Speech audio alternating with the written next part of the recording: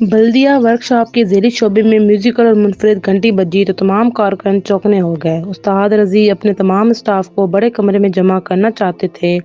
یہ خوبصورت ٹیوننگ والی بیل مارکیٹ میں کہیں دستیاب نہیں تھی۔ اس کا سرکٹ انجینئرنگ یونیورسٹی کے 3 ذہین طالب علموں نے ڈیزائن کیا تھا۔ تقریباً 10 ماہ قبل منعقد ہونے والی سائنس نمائش میں متعارف اور ڈسپلے ہونے والے اس آئٹم کو پہلا انعام ملا تھا۔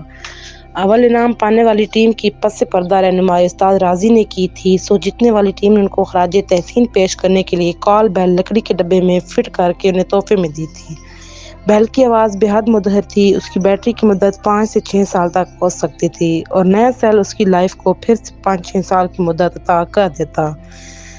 ورکشاپ میں موجود ماتحت اسٹاف استاد راضی کا احترام کرتا تھا، انہیں سر کھلانے کا شوق نہ تھا۔ اسٹاف انہیں ان کے نام یا استاد راضی کہہ کر مخاطب کرتے تھے۔ استاد راضی خوش شکل، قد دراز قد، بہت باوقار اور منکسر المزاج تھے۔ یہ گھنٹی اس وقت بجائی جاتی تھی جب استاد اپنے ماتحت اسٹاف کو کوئی نئی بات سمجھانا چاہتے تھے۔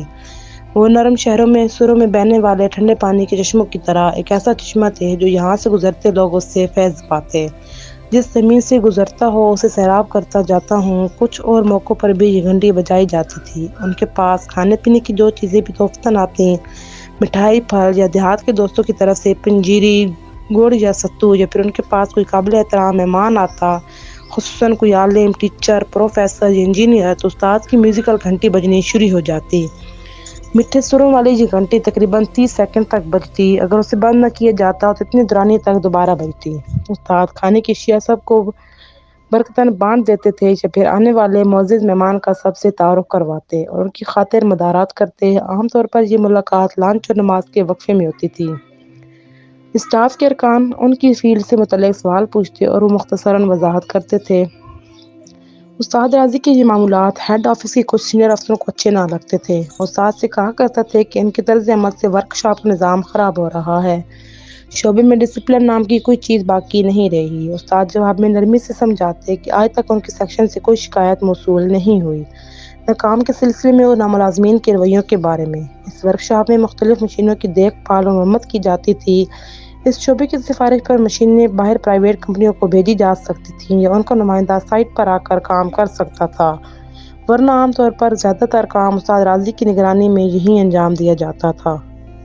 وہ ایک ذمہ دار عہدے پر فائز تھے جہاں نگہداشت اور ریپیئرنگ کے کاموں سے لاکھوں کی آمدنی آسانی سے حاصل کی جا سکتی تھی، مگر وہ اپنی تنخواہ میں مطمئن اور خوش تھے۔ ان کے طرز عمل سے ورکشاپ کے دوسری ذیلی شعبوں کے افراد ناراض تو تھے ہی، ہیڈ آفس کی انتظامیہ خصوصاً فنانس کے افراد بھی خوش نہ تھے، لیکن استاد راضی لگے بندے طریقہ کار اور سرخ فیتے کے پیروکاروں سے مختلف اپنی روش پر گامزن تھے۔ ان کے بے داغ کردار پر کسی کو انگلی اٹھانے کی جرات نہیں ہوتی تھی۔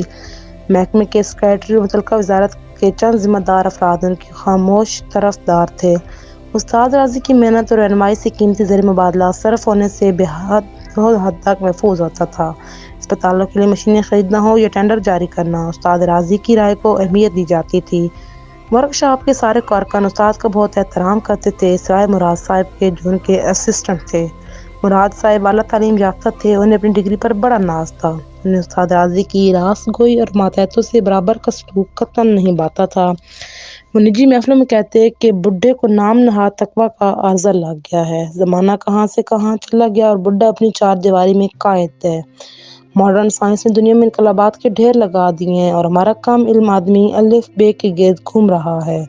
استاد کے دیگر ساتھی مراد صاحب کی گفتگو ان تک پہنچاتے، وہ ان کی باتوں کو سنی انسنی کر دیتے اور کہتے، مراد صاحب پڑھے لکھے آدمی ہیں، وہ یقیناً مجھ سے زیادہ جانتے ہیں، ان کا احترام کرو۔ خود بھی وہ مراد صاحب کو حکم دینے کے بجائے ان سے درخواست کرتے۔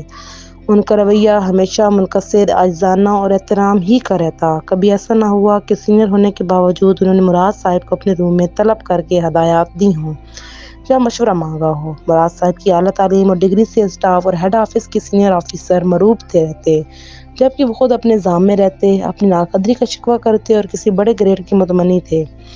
ورکشاپ کے سارے ورکر استاد راضی کے گرد جمع ہو گئے تھے، ان میں 2 کے سوا سب ان کے ہم نوا تھے۔ یہ 2 ورکر ہوا کا رخ پہچان کر مراد صاحب کی چاپلوسی کرنے میں لگے تھے۔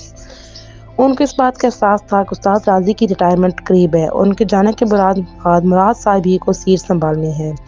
یہ دونوں خوش آمدی افراد اپنی چاپلوسی کی قیمت وصول کرتے رہتے اور بعض اوقات حاضری لگا کر غائب ہو جایا کرتے۔ مراد صاحب ان کے تفظ کے لیے غلط بیانی سے بھی گریز نہیں کرتے تھے۔ استاد کا نام بچپن میں کوئی اور تھا، لیکن ان کی تعلیمی اسناد میں رضا درج تھا، لیکن وہ راضی کے نام سے مشہور ہو گئے تھے۔ ایک پرائمری اسکول اور اس سے پہلے دینی تعلیم دینے والے مدرسے میں ایک سینئر استاد نے راضی برازہ کا ٹائٹل دے دیا تھا، اور یہ نام ان کے ساتھ ایسا نتیج ہوا کہ لوگ انہیں استاد راضی کہنے لگے تھے۔ جس استاد نے اس نام سے پکارنا شروع کیا تھا، ان کا کہنا تھا کہ یہ بچہ ایک مثالی شکر گزار بندہ ہے۔ اگرچہ ایسا کہنا مبالغہ تھا، لیکن کچھ زیادہ غلط بھی نہ تھا۔ استادوں کا احترام، دینی رجحان اور انتہائی مفلس ہونے کے باوجود غیرت کا دامن نہ چھوڑنا شخصیت پہچاننے والے قدر شناس لوگوں کے نزدیک ایک کم عمر بچے کے لیے موزوں ٹائٹل تھا۔ استاد اپنی قناعت پسندی کی وجہ سے ہمیشہ تعریفی نظروں سے دیکھے گئے۔ ورکشاپ کی ملازمت حاصل کرنے سے پہلے بہت شہروں کی خاک چھانی، ہر طرح کا کام کیا، جہاں شکم سیری نصیب نہ ہوتی وہاں پیڑ پر پتھر بھی باندھا۔ ایک دینی مدرسے میں چھوٹے خادم کا کام بھی کیا، روحانی طاقت کے حصول کے لیے نفلی روزے بھی رکھے، بڑوں کی عزت کی تو چھوٹوں کو بھی نظر انداز نہیں کیا۔ مالی تعاون ممکن نہ ہو سکا تو ان کے کاموں میں مدد کی، کبھی کسی پر الزام تراشی نہ کی، ہمیشہ ملنے والے یا اجنبی لوگوں کے لیے اچھے الفاظ کہے، سب کو دعا دیتے تھے۔ استاد کی نظریں اور سماعتیں غضب کی تھیں۔ نظریں نقص تلاش کرنے میں، پرزوں کے کام اور افادیت کے بارے میں جزئیات تک نوٹ کر لیتی۔ ان کے کان مشینوں کے پرزوں کی خرابی کا کھوج لگاتے۔ وہ مشینیں چلا کر ماتحتوں سے پوچھتے، کیا سنائی دیا؟ شاگرد کہتے، استاد کچھ بھی تو نہیں، مشین ٹھیک چل رہی ہے۔ اس کے جواب میں استاد کہتے، نالائق، غور سے سنو، یہ چھوٹے سے وقفے کے بعد ہلکی تھرتھراہٹ ہی تو اس کی خرابی ہے۔ ان پرزوں کو اپنی جگہ سے نکالو، جائزہ لو، خرابی کہیں نہ کہیں نظر آ جائے گی، اور خبردار مشین کو کھول لو تو کاغذ پر ترتیب سے لکھتے جاؤ، نقشہ بھی بناؤ، ورنہ بھول جاؤ گے کہ کون سا پرزہ کہاں لگانا ہے۔ شاگرد سوال کرتے، استاد آپ اتنی باریک بینی کیوں دیکھتے ہیں؟ کام تو چل ہی رہا ہے۔ ہاں، کام تو چل جائے گا۔ ظاہر ہے کہ ریپیئر کی ہوئی مشینیں اوریجنل مشین کی طرح تو نہیں ہوتی۔ ہم غریب ملک کے باشندے ہیں، نئی مشینوں کو درآمد کر کے قیمتی زر مبادلہ بے دردی سے لوٹا نہیں سکتے۔ میں جانتا ہوں کہ کئی سرکاری گوداموں میں قیمتی آلات بند کر کے رکھ دیے گئے ہیں۔ پلاننگ ٹھیک ہوتی اور ان پر کام کرنے والوں کی خاطر خواہ ٹریننگ دی گئی ہوتی تو یہ دن نہ دیکھنے پڑتے۔ ہمارے شہروں میں کتنے ہی اسپتال ایسے ہیں جہاں تشخیص کرنے والی مشینیں مرمت طلب اسٹوروں میں بند کر دی گئی ہیں۔ کتنے شعبے ایسے ہیں جن کی موٹر گاڑیاں مرمت کے انتظار میں زنگ آلود ہو رہی ہیں۔ تھوڑی سی محنت کر لی جائے تو خراب پرزے ریپیئر کی جا سکتے ہیں۔ کہ اپنے ورکشاپوں میں اس جیسے پرزے تیار بھی ہو سکتے ہیں۔ اپنی صلاحیتوں کا بھرپور استعمال کریں۔ اس ملک کا ٹیلنٹ دوسرے ملکوں میں جا کر کیوں ظاہر ہوتا ہے، یہاں کیوں نہیں؟ استاد راضی علم کا خزینہ تھے، انہیں محصور سمندر کہا جا سکتا تھا، پرسکون لیکن اپنی تہوں میں آبدار موتی چھپائے ہوئے۔ ان کا علم بظاہر کتابی کام اور مشاہدے پر زیادہ محیط تھا۔ ان کی سب سے بڑی کمزوری جدید عہد کی نئی نئی ایجادات تھیں، لیکن حیرت یہ ہوتی تھی کہ وہ اپنی کاوشوں سے ان کی ساخت اور عمل تک بھی پہنچ جاتے۔ استاد راضی سیکھنے میں قطعاً شرم نہیں کرتے تھے۔ وہ سیکنڈری اسکول کے طالب علم سے بھی جاننے میں کوئی حرج نہیں سمجھتے تھے۔ ان کی ہر کچھ دن بعد انجینئرنگ یونیورسٹی کی طالب علموں سے ملاقات ہوتی تھی، ان کی قیام گاہ یا کسی اور طے شدہ مقام پر۔ یہ طلباء انہیں کتابیں یا میگزین فراہم کرتے۔ استاد راضی اپنی دلچسپی کے مضامین پڑھتے اور انجینئرنگ فیلڈ کے ذہین طالب علموں سے تبادلہ خیال کرتے۔ اس طرح وہ یونیورسٹی کی اعلیٰ ڈگری نہ رکھنے کے باوجود کسی مقام پر کوڑے نظر نہ آتے تھے۔ تھیوری کی یہ معلومات ان پریکٹیکل فیلڈ کے لیے آسانیاں فراہم کر دیتی تھی۔ سائنسی نمائشوں میں طالب علم کچھ نئی ایجادات پیش کرنے یا زیر استعمال پرانے آلات کو بہتر بنانے میں استاد راضی کی رہنمائی حاصل کرتے۔ عام طور پر ایسے طالب علم کوئی نہ کوئی انعام یا تعریفی سند پانے میں کامیاب ہو جاتے تھے۔ اقبال استاد راضی کا چہیتا ورکر تھا۔ وہ ورکشاپ کا جونیئر کاریگر تھا، لیکن محنت، ذہانت اور سخت بولنے کی وجہ سے استاد کے دل میں بس گیا تھا۔ وہ اپنے باس کا نہ صرف احترام کرتا تھا بلکہ ان کی ہدایات کو اپنی نوٹ بک میں درج بھی کرتا تھا۔ روز کے معمولات کو منظم رکھنے میں کوشاں رہتا۔ استاد راضی جب کسی مشین کے بارے میں اپنے جونیئر کو سمجھاتے تو اقبال ہی زیادہ سوالات کرتا تھا۔ استاد راضی بار بار سمجھانے سے کبھی نہ اکتاتے تھے بلکہ دلچسپی لینے پر اس کی حوصلہ افزائی کیا کرتے تھے۔ اقبال استاد راضی کے قریب ہونے کی وجہ سے ان کا رازدان تھا۔ انہوں نے اس کو اپنے گھر کی چابی دے رکھی تھی۔ اسے اجازت تھی کہ ان کی غیر موجودگی میں دروازہ کھول کر بیٹھک میں انتظار کر لے۔ ٹی وی دیکھنے، چائے بنانے اور کھانے پینے کی چیزوں پر بھی اس کو اختیار دیا تھا۔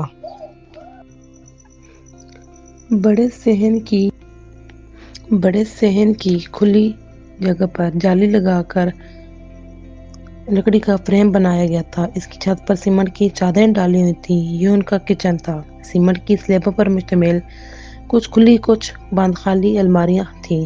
لکڑی کے بڑے دو الماریاں بیڈ روم میں نظر آتیں جو بند تھیں۔ اقبال نے ان کو کبھی کھول کر نہ دیکھا اور نہ کبھی ان سے پوچھا کہ ان میں کیا ہے۔ ایک درمیانی سائز کا ریفریجریٹر کچن میں موجود تھا، ایک چھوٹے کمرے پر تالا لگا ہوا تھا۔ ذرا سا ہٹ کر دو باتھ روم تھے، ایک نہانے اور کپڑے دھونے کے لیے تھا، دوسرا بطور ٹوائلٹ استعمال ہوتا تھا۔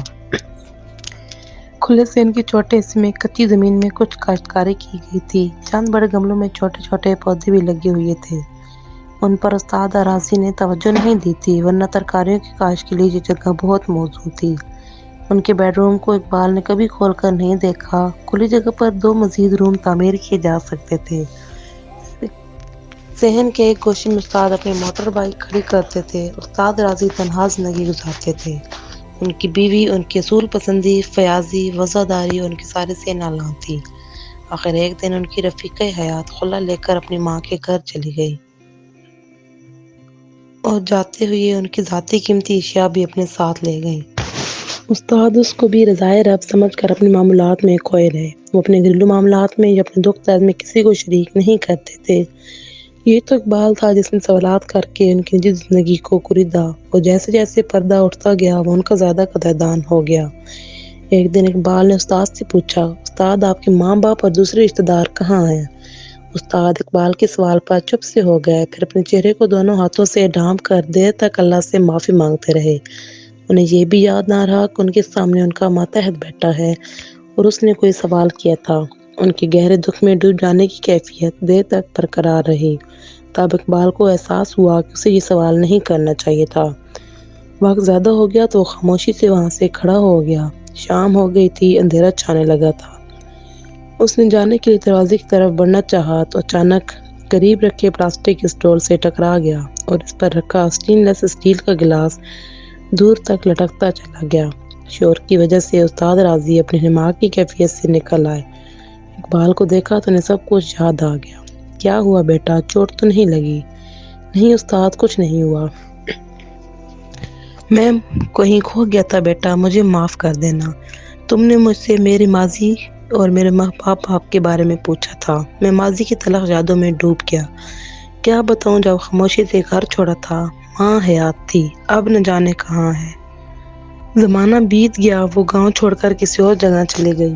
برس پہلے باپ کو پولیس نے گرفتار کر لیا تھا، نشے کے دھندے میں۔ اللہ جانے میری ماں کہاں ہے، زندہ بھی ہے یا؟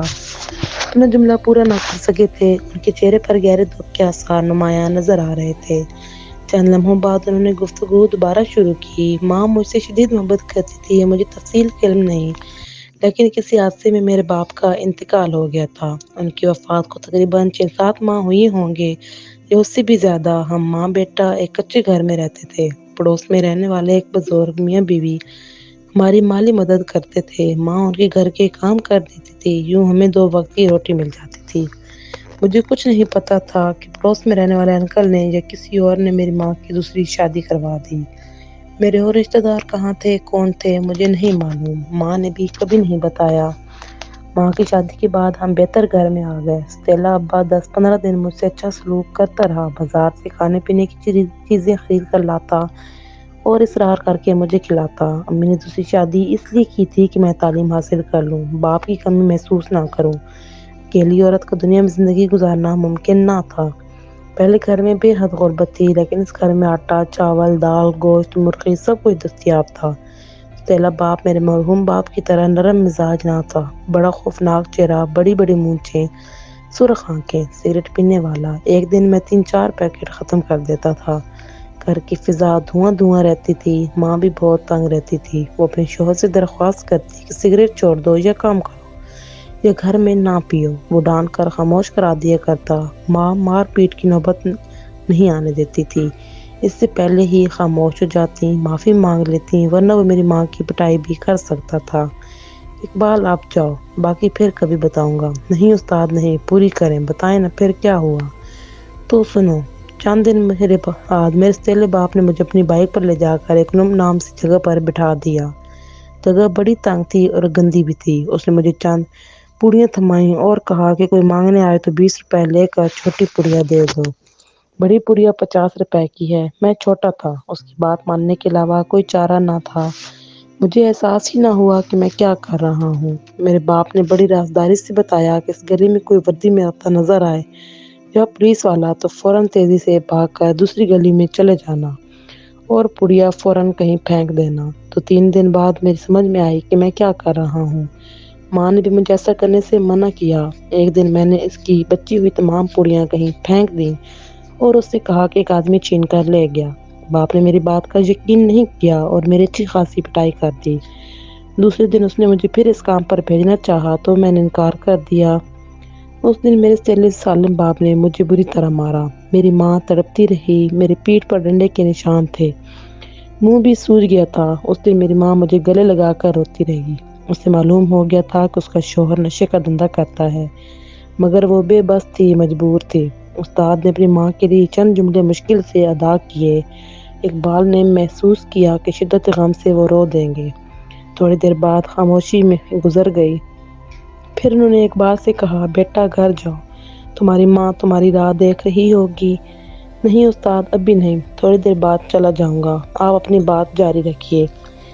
سلیم، ابھی تم بچے ہو، تمہیں دنیا کو سمجھنے میں ایک عمر گزر جائے گی۔ یہی تو کر رہا ہوں استاد۔